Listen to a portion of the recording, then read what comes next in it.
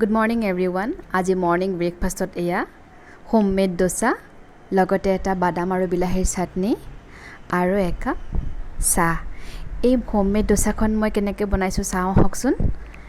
এয়া লৈছো মই মাটিমাহ লগতে অলপ ফলা মুগ, কেইটামান বুটৰ দালি, ভাত খোৱা চাউল অলপ আৰু কেইটামান মিঠি কুটিৰ সৈতে মই এইখিনি গোটেই ৰাতি তিয়াই থৈছিলো। এতিয়া মিক্সিত অলপ পানীৰ সৈতে মই পেষ্ট এটা বনাই ললো।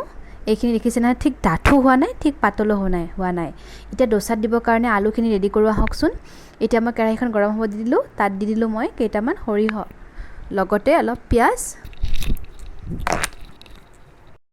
এই পিঁয়াজখিনি এতিয়া মই অলপ ভালকৈ ভাজি ল'ম।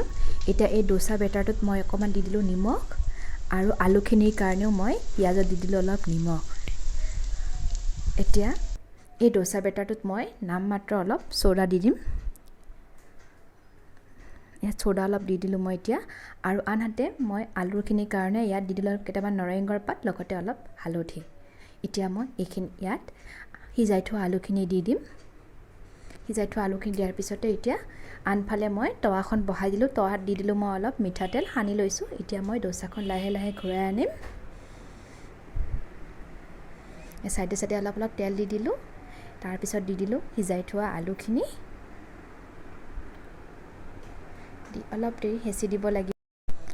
এতিয়া ডোসাখন চাৰিওফালৰ পৰা ধুনীয়াকৈ মচমচীয়া হৈ উঠি আহিছে। আমাৰ ডোসা ৰেডি হৈ গ'ল। আজিলৈ আহিছোঁ। Bye bye.